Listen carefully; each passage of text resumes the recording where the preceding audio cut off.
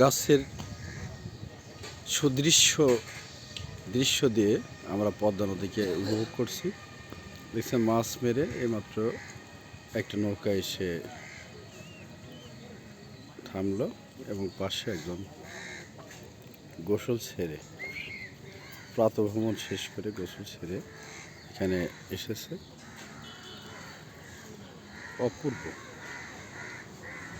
আমরা একটু দেখানোর চেষ্টা করছি স্রোত, ওই গাছের ফাঁক দিয়ে স্রোত দেখানোর চেষ্টা করছি।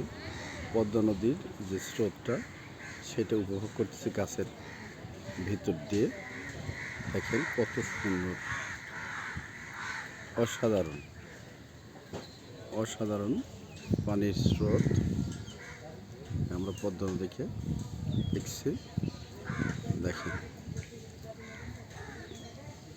কত অসাধারণ নৌকা, মাছের নৌকা গোসল করে